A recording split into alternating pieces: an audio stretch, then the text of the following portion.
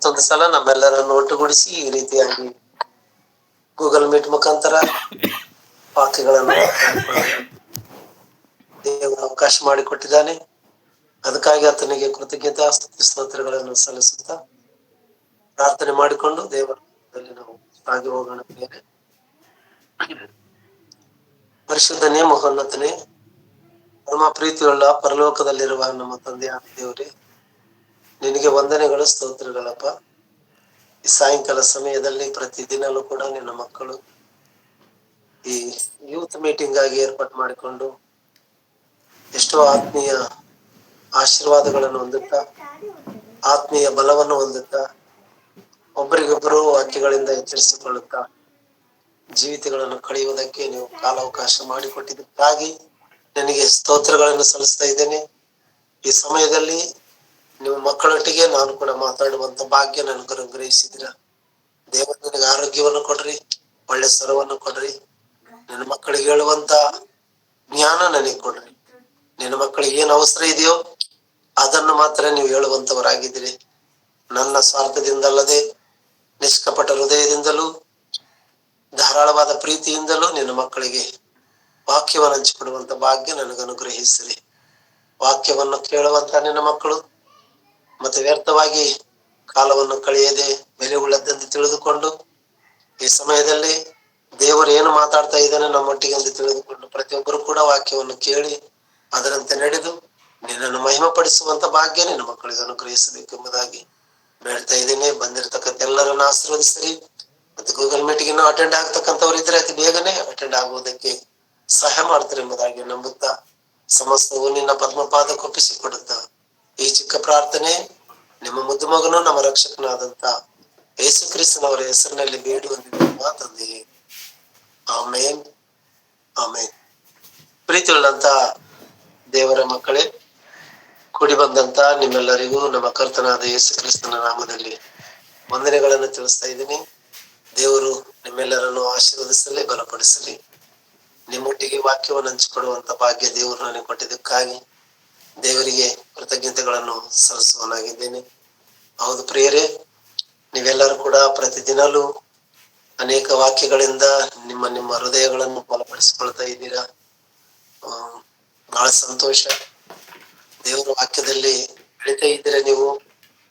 ಮತ್ತು ಅನೇಕ ವಾಕ್ಯಗಳಿಂದ ಒಬ್ಬರನ್ನೊಬ್ಬರು ಎಚ್ಚರಿಸಿಕೊಂಡು ದೇವರು ಹೇಳಿರ್ತಕ್ಕಂಥ ವಾಕ್ಯಗಳನ್ನು ಕೇಳಿಕೊಂಡು ಅದರಂತೆ ನಡೆದು ದೇವರನ್ನು ಮಹಿಮೆ ಪಡಿಸುವಂತ ಭಾಗ್ಯ ದೇವರು ನಿಮಗೆ ಅನುಗ್ರಹಿಸಿದ್ದಾನೆ. ದೇವರು ಕೊಟ್ಟಂತ ಈ ಶ್ರೇಷ್ಠವಾದ ಸಮಯಗಳನ್ನು ಸದ್ವಿನಿಯೋಗ ಪಡಿಸಿಕೊಳ್ತಾ ಇದ್ದೀರಾ.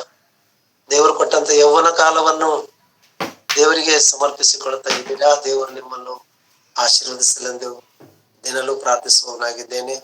ಪ್ರೀತಿಯುಳ್ಳಂತ ದೇವರ ಮಕ್ಕಳೇ, ಈ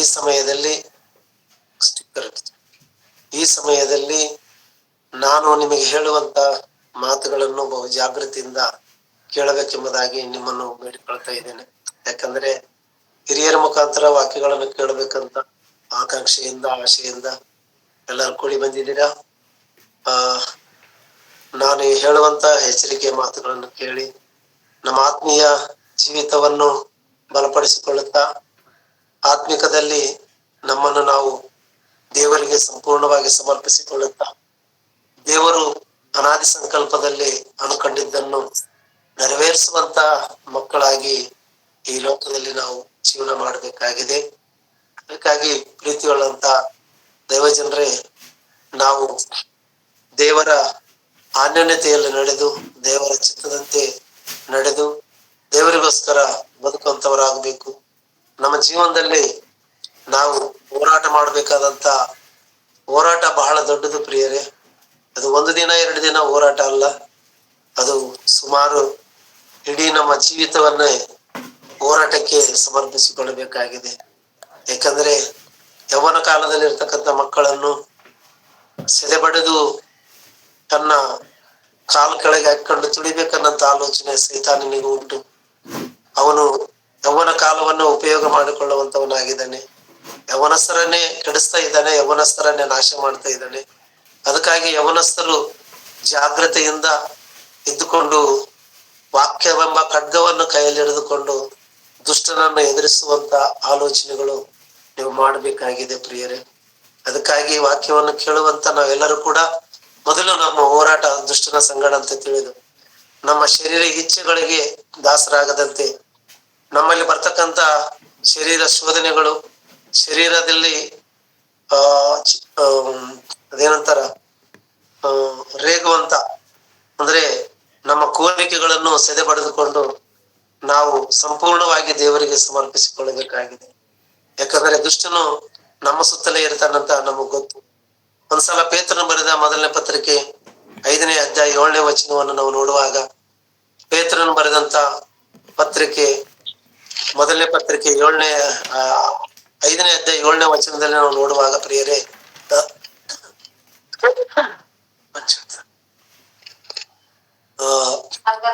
7ನೇ ವಚನವನ್ನು ನೋಡ್ರಿ ಒಂದ್ಸಲ. ನಿಮ್ಮ ಚಿಂತೆಯನ್ನೆಲ್ಲ ಆತನ ಮೇಲೆ ಹಾಕಿರಿ, ಆತ ನಿಮಗೋಸ್ಕರ ಚಿಂತಿಸ್ತಾನೆ. ಸ್ವಸ್ಥ ಚಿತ್ತರಾಗಿರಿ, ಎಚ್ಚರವಾಗಿರಿ. ನಿಮ್ಮ ವಿರೋಧಿಯಾಗಿರುವ ಸೈತಾನನು ಗರ್ಜಿಸುವ ಸಿಂಹದೋಪಾದಿಯಲ್ಲಿ ಯಾರನ್ನು ನುಂಗಲಿ ಎಂದು ಹುಡುಕುತ್ತಾ ತಿರುಗುತ್ತಾನೆ. ನೀವು ನಂಬಿಕೆಯಲ್ಲಿ ದೃಢವಾಗಿದ್ದು. ಸಾಕಮ್ಮ. 8ನೇ ವಚನ ಮಾತ್ರ ನಾವು ಧ್ಯಾನ ಮಾಡೋಣ ಪ್ರಿಯರೇ. ಸ್ವಸ್ಥ ಚಿತ್ತರಾಗಿರ್ರಿ, ಎಚ್ಚರವಾಗಿರ್ರಿ. ನಿಮ್ಮ ವಿರೋಧಿಯಾಗಿರುವ ಸೈತಾನನು ಗರ್ಜಿಸುವ ಸಿಂಹೋಪಾದಿಯಲ್ಲಿ ಯಾರನ್ನು ನುಂಗಲಿ ಎಂದು ಹುಡುಕುವವನಾಗಿದ್ದಾನೆ. ನಿಜವಾಗ್ಲೂ ದುಷ್ಟನು ಕ್ರೈಸ್ತರನ್ನು ನುಂಗುವುದಕ್ಕಾಗಿ ಹೋರಾಟ ಮಾಡ್ತಾ ಇದ್ದಾನೆ. ಕ್ರೈಸ್ತರನ್ನು ನಾಶ ಮಾಡುವುದಕ್ಕೆ, ಕ್ರೈಸ್ತರನ್ನು ತನ್ನ ಒಂದು ಸ್ವಾಧೀನದಲ್ಲಿ ಇಟ್ಟುಕೊಳ್ಳುವುದಕ್ಕಾಗಿ ಹೋರಾಟ ಮಾಡ್ತಾ ಇದ್ದಾನೆ. ನಾವು ಕೂಡ ದುಷ್ಟನೊಂದಿಗೆ ಹೋರಾಟ ಮಾಡಬೇಕಾಗಿದೆ ಅಂತಕ್ಕಂಥದ್ದನ್ನ ನಾವು ಮರಿಬಾರದು. ನಾವು ಯೌವನ ಕಾಲದಲ್ಲಿ ಇರ್ತೀವಿ. ಯೌವನ ಕಾಲವನ್ನು ದುಷ್ಟನು ಉಪಯೋಗಿಸಿಕೊಂಡು ಅನೇಕರನ್ನು ಇವತ್ತು ಪ್ರಪಂಚದಲ್ಲಿರ್ತಕ್ಕಂಥ ಯೌವನ ಮಕ್ಕಳನ್ನು ತನ್ನ ಸ್ವಾಧೀನದಲ್ಲಿ ಇಟ್ಟುಕೊಂಡು ದೇವರಂದರೇನೆ ಲೆಕ್ಕಿಲ್ಲದ ಹಾಗೆ ಬದುಕುವ ಹಾಗೆ ಮಾಡಿದನಂತಕ್ಕಂಥದ್ದನ್ನು ನಾವು ನೋಡ್ತಾ ಇದ್ವಿ.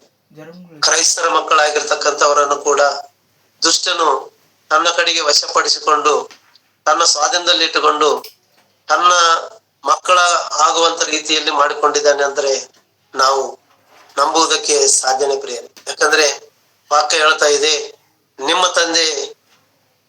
ನಿಮ್ಮ ತಂದೆಯಾದ ದುಷ್ಟನ ಕಾರ್ಯಗಳನ್ನು ನೀವು ಮಾಡುವಂತವರಾಗಿದ್ದೀರಿ. ಅಂದ್ರೆ ಪ್ರಪಂಚ ಎಲ್ಲವೂ ಕೂಡ ದುಷ್ಟನು ತನ್ನ ಸ್ವಾಧೀನಕ್ಕೆ ಎಳ್ಕೊಂಡಿದ್ದಾನೆ.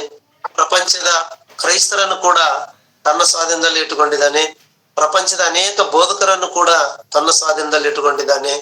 ಅದಕ್ಕಾಗಿ ತನ್ನ ಸ್ವಾಧೀನದಲ್ಲಿ ಇಟ್ಟುಕೊಂಡು ಇವತ್ತು ದೇವರಿಗೆ ಮಕ್ಕಳ ಇಲ್ಲದ ಹಾಗೆ ಮಾಡ್ತಾ ಇದ್ದಾನೆ ಪ್ರಿಯರೇ. ಯಾರೋ ಅಲ್ಪ ಸ್ವಲ್ಪ ಜನ ನಮ್ಮ ಹಾಗೆ ನಿಮ್ಮ ಹಾಗೆ ಇವತ್ತು ಯೇಸು ಕ್ರಿಸ್ತನನ್ನು ನಂಬಿಕೊಂಡು ಸತ್ಯವಾಕ್ಯವನ್ನು ತಿಳಿದುಕೊಂಡು ದುಷ್ಟನ ಕಡೆಗೆ ಹೋಗದಂತೆ ನಿಲ್ತಕ್ಕಂಥ ಮಕ್ಕಳು ಬಹಳಷ್ಟು ಕಡಿಮೆ ಆಗಿದ್ದಾರೆ. ಮತ್ತೆ ನಾವು ಕೂಡ ದುಷ್ಟನನ್ನು ಎದುರಿಸುವಂತ ಶಕ್ತಿ ಸಾಮರ್ಥ್ಯ ಹೊಂದಿಕೊಳ್ಳಬೇಕಾಗಿದೆ ಪ್ರಿಯರೇ. ಯಾಕಂದ್ರೆ ದೇವರ ವಾಕ್ಯವು ಪ್ರಬಲವಾಗಿ ಹರಡಿಸುವುದರಿಂದ ಅಥವಾ ದೇವರ ವಾಕ್ಯವು ನಾವು ನೆರವೇರಿಸುವುದರಿಂದ, ದೇವರ ವಾಕ್ಯದ ಪ್ರಕಾರ ನಾವು ಬದುಕುವುದರಿಂದ ದುಷ್ಟನನ್ನು ಎದುರಿಸುವುದಕ್ಕೆ ಸಾಧ್ಯ ಉಂಟು ಪ್ರಿಯರೇ. ಅದಕ್ಕೆ ಹೇಳ್ತಾ ಇದ್ದೇನೆ, ಸ್ವಸ್ಥ ಚಿತ್ತರಾಗಿರ್ರಿ, ಎಚ್ಚರವಾಗಿರ್ರಿ. ಅವನು ನಿಮ್ಮನ್ನು ನುಂಗಬೇಕಂತೇಳಿ ಹುಡುಕ್ತಾ ಇದ್ದಾನೆ. ಯಾವ ಅವತಾರ ಎತ್ತುಕೊಂಡಿದ್ದಾನಂದ್ರೆ ಸಿಂಹದ ರೂಪವನ್ನು ತಾಳಿದಾನೆ. ಅವನು ಗರ್ಜಿಸುವಂತ ರೀತಿಯಲ್ಲಿ ಅವನಿದ್ದಾನೆ, ಗರ್ಜಿಸ್ತಾ ಇದ್ದಾನೆ ಹೊತ್ತು ಅವನು ಎಂಬುದಾಗಿ ನಾವು ನೋಡ್ತಾ ಇದ್ದೀವಿ ಪ್ರಿಯರೇ. ಗರ್ಜಿಸ್ತಾ ಇದ್ದಾನೆ, ಯಾರನ್ನ ನುಂಗಬೇಕಂತೇಳಿ ಗರ್ಜಿಸ್ತಾ ಇದ್ದಾನೆ, ಯಾರನ್ನ ವಶಪಡಿಸಿಕೊಳ್ಬೇಕಂತ ಗರ್ಜಿಸ್ತಾ ಇದ್ದಾನೆ. ಅದಕ್ಕಾಗಿ ಕ್ರೈಸ್ತರಾಗಿರ್ತಕ್ಕಂಥ ನಾವು ಎಚ್ಚರವಾಗಿರ್ಬೇಕಂತ. ಎಚ್ಚರ ಅಂದ್ರೆ ಎಚ್ಚರ. ನಾವು ಟ್ರಾನ್ಸ್ಫರ್ ಇದ್ರೆ ಟ್ರಾನ್ಸ್ಫರ್ದಲ್ಲಿ ಒಂದು ಬೋರ್ಡ್ ಹಾಕಿರ್ತಾರೆ, ಕರೆಂಟು ವಿದ್ಯುತ್ ಟ್ರಾನ್ಸ್ಫರ್ ಇರ್ತದಲ್ಲ, ಆ ಟ್ರಾನ್ಸ್ಫರ್ ಅಲ್ಲಿ ಒಂದು ಬೋರ್ಡ್ ಹಾಕಿರ್ತಾರೆ. ಏನಂದ್ರೆ ಇಲ್ಲಿ ಅಪಾಯ, ಇಲ್ಲಿ ಡೇಂಜರ್ ಇದೆ, ಇಲ್ಲಿ ಎಚ್ಚರಿಕೆ ಬೋರ್ಡ್ ಹಾಕಿರ್ತಾರ ಪ್ರಿಯರೇ. ಎಚ್ಚರಿಕೆಯ ಬೋರ್ಡ್ ಎಲ್ಲಿ ಹಾಕ್ತಾರಂದ್ರೆ ಅಪಾಯ ಇರುವಂತ ಸ್ಥಳಗಳಲ್ಲಿ ಎಚ್ಚರಿಕೆಯ ಬೋರ್ಡ್ ಅನ್ನು ಹಾಕುವುದನ್ನು ನಾವು ನೋಡ್ತೀವಿ ಪ್ರಿಯರೇ. ಅಂದ್ರೆ ಎಲ್ಲಿ ಅಪಾಯ ಇರ್ತದೋ, ಎಲ್ಲಿ ಪ್ರಮಾದವಾಗಿರ್ತದೋ ಅಲ್ಲಿ ಎಚ್ಚರಿಕೆಯ ಬೋರ್ಡ್ ಅನ್ನು ನಾವು ನೋಡ್ತೀವಿ. ಇಲ್ಲಿ ಬರಬೇಡ್ರಿ, ಅದೊಳ್ಳೆ ಅಲ್ಲಿ ರೋಡ್ ಕ್ರಾಸ್ ಇತ್ತಂತೇಳಿ, ಟರ್ನಿಂಗ್ ಇತ್ತಂತೇಳಿ, ಫುಲ್ ಕಟಿಂಗ್ ಇತ್ತಂತೇಳಿ ಅಲ್ಲಿ ಒಂದು ಬೋರ್ಡ್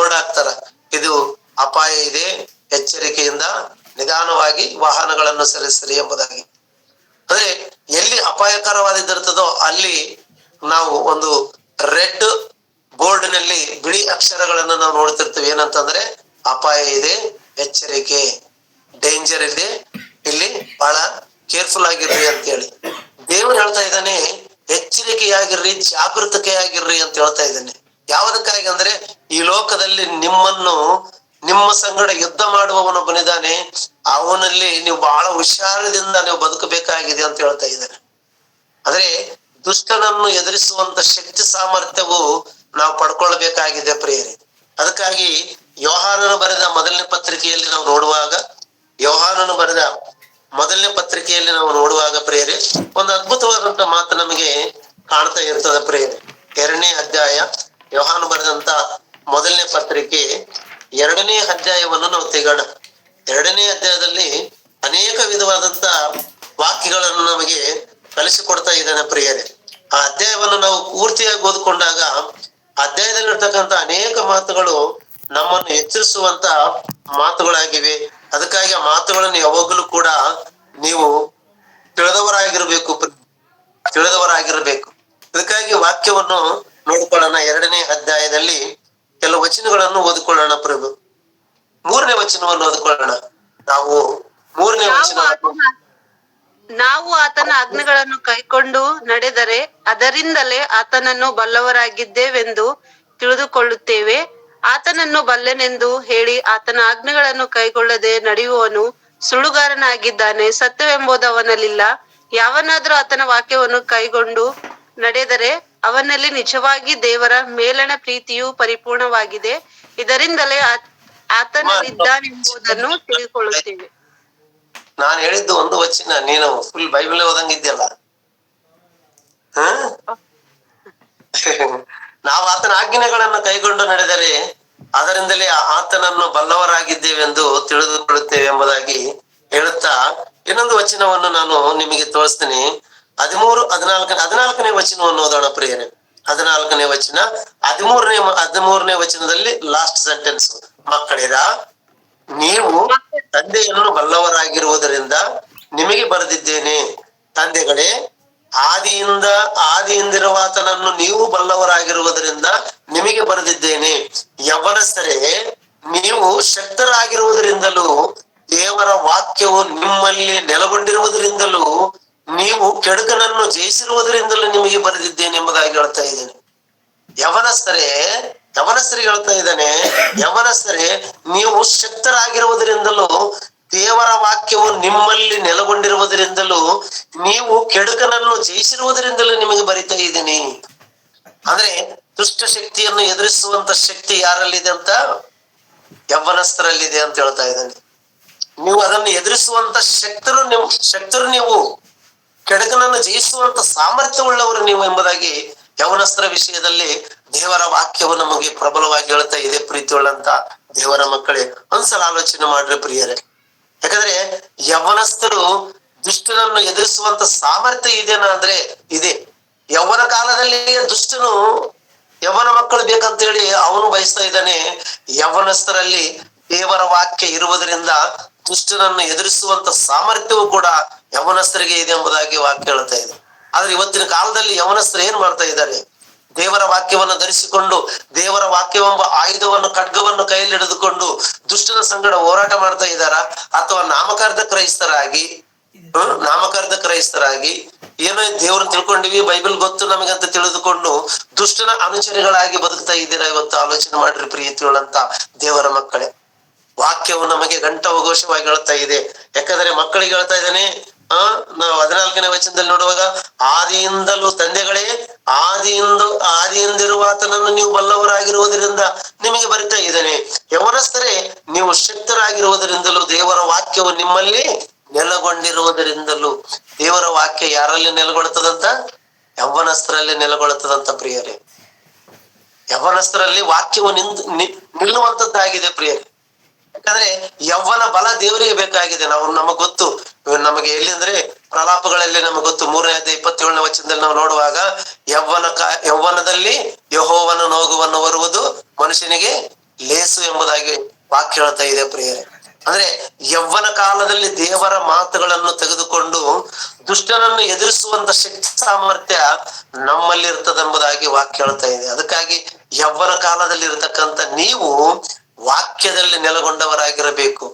ಇವತ್ತು ಕ್ರೈಸ್ತರಿದ್ದಾರೆ, ಸುಮಾರು 800 ಕೋಟಿ ಜನರಲ್ಲಿ 300 ಕೋಟಿ ಜನರು ಕ್ರೈಸ್ತರಿದ್ದಾರೆ. 300 ಕೋಟಿ ಜನರಲ್ಲಿ ಅನೇಕರು ಯೌವನಸ್ಥರಿದ್ದಾರೆ.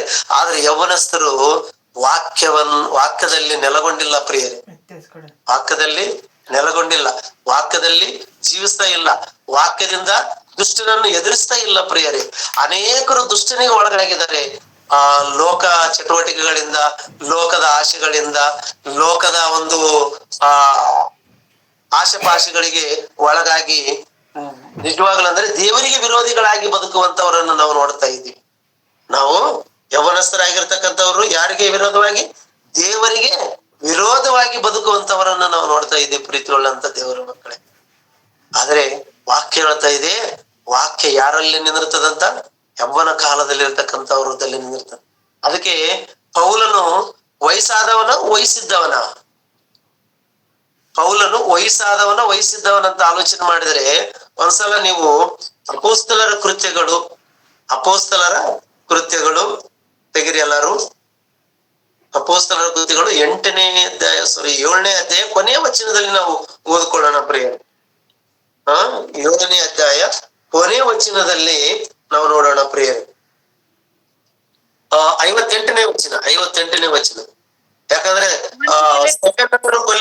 ಸ್ತೆಫನನನ್ನು ಕೊಲ್ಲಿದ ನಂತರ ಆತನ ಬಟ್ಟೆಗಳನ್ನು ಯಾರ ಪಾದದಲ್ಲಿ ಇಟ್ಟರೆ ಎಂಬುದಾಗಿ ನೋಡ್ತಾ ಇದ್ದೀವಿ ನೋಡ್ರಿ ಪ್ರಿಯರೇ. ಅವನೇ ಮೇಲೆ ಬಿದ್ದವನನ್ನು ಊರ ಹೊರಕ್ಕೆ ನೂಕಿಕೊಂಡು ಹೋಗಿ ಕೊಲ್ಲುವುದಕ್ಕೆ ಕಲ್ಲೆಸೆದರು. ಸಾಕ್ಷಿಯವರು ತಮ್ಮ ಬಟ್ಟೆಗಳನ್ನು ತೆಗೆದು ಸೌಲನೆಂಬ ಒಬ್ಬ ಯೌವನಸ್ಥನ ಕಾಲುಗಳ ಬಳಿಯಲ್ಲಿ ಇಟ್ಟರು. ಯಾರಂತೆ? ಸೌಲನೆಂಬ ಯೌವನಸ್ಥನನ್ನು ಆಯುಧವನ್ನಾಗಿ ಮಾರ್ಪಡಿಸಿಕೊಳ್ಳಬೇಕೆಂಬುದು ದೇವರಿಗೆ ಇಷ್ಟ ಪ್ರಿಯರೇ. ನಾವೇನೋ ಪೌಲನು ಬಹಳ ವಯಸ್ಸಾದ ಮೇಲೆ ದೇವರು ತಿಳ್ಕೊಂಡನಂತೇಳಿ ನೀವು ಅನ್ಕೊಂಡಿರ್ಬೋದು ಪ್ರಿಯರೇ. ಯೌವನ ಕಾಲದಲ್ಲಿ ದೇವರಿಗೆ ವಿರೋಧವಾಗಿ ಬದುಕಿರತಕ್ಕಂಥವನನ್ನು ಸೆರೆ ಹಿಡಿದು ನನ್ನ ವಶ ಮಾಡಿಕೊಂಡ ಪ್ರಿಯರೇ ದೇವರು. ಯಾಕಂದ್ರೆ ಇಂಥವ್ರು ನನಗೆ ಬೇಕಾಗಿದ್ದಾರೆ, ಯೌವನಸ್ಥರು ನನಗೆ ಬೇಕಾಗಿದ್ದಾರೆ ಅಂತೇಳಿ ಯೌವನ ಕಾಲದಲ್ಲಿ ದೇವರಿಗೆ ವಿರುದ್ಧವಾಗಿ ಆಲೋಚನೆ ಮಾಡಿದ್ರೆ, ದೇವರಿಗೆ ವಿರುದ್ಧವೇನಲ್ಲ. ಯಾರು? ಸೌಲನು ದೇವರಿಗೆ ವಿರುದ್ಧವಾಗಲ್ಲ, ಯೆಹೋವನ ಭಕ್ತನು. ಸೌಲ ಯಾರಂದ್ರೆ ಯೆಹೋವನ ಭಕ್ತನು, ಯೆಹೋವನ ಕಾರ್ಯಗಳನ್ನು ಮಾಡುವಂತವನಾಗಿದ್ದನು, ಯೆಹೋವನಿಗೋಸ್ಕರ ಬದುಕುವಂತವನಾಗಿದ್ದನು. ಯೇಸು ಕ್ರಿಸ್ತನನ್ನು ನಂಬುತ್ತಿರ್ಲಿಲ್ಲ, ಯೇಸು ಕ್ರಿಸ್ತನಿಗೆ ತಿರುಗಿ ಬಿದ್ದು ವಾದ ಮಾಡಿರ್ತಕ್ಕಂಥವನು, ಯೇಸು ಕ್ರಿಸ್ತನನ್ನು ಎದುರಿಸುವಂತವನಾಗಿದ್ದನು ಪ್ರಿಯ. ಯೇಸು ಕ್ರಿಸ್ತನನ್ನು ಎದುರಿಸುವಂತವನಾಗಿದ್ದನು. ಆದ್ರೆ ಯೆಹೋವ ಅಂದ್ರೆ ಪ್ರಾಣ, ಯೆಹೋವನಿಗೋಸ್ಕರ ಏನಾದ್ರೂ ಮಾಡಬಲ್ಲೆನು ಎಂಬಂತ ಆಲೋಚನೆ ಇತ್ತು ಪ್ರಿಯ. ಆದ್ರೆ ಸ್ವಲ್ಪ ಡಿಫರೆನ್ಸ್ ಏನಂದ್ರೆ, ತಂದೆಯಾದ ದೇವರು ನಂಬಿರ್ತಕ್ಕಂಥ ಸೌಲನು ಯೇಸು ಕ್ರಿಸ್ತನನ್ನು ನಂಬಲಿಲ್ಲ. ಅದಕ್ಕಾಗಿ ಏನ್ ಮಾಡಿದಂದ್ರೆ, ಇಂಥವನು ನನಗೆ ಬೇಕಾಗಿದ್ದಾನಂತೆ ತಿಳಿದುಕೊಂಡು ಅವನನ್ನು ಆರಿಸಿಕೊಂಡ ನಂತರ ಹೇಳ್ತಾ ಇದ್ದಾನೆ ಪ್ರಿಯರೇ.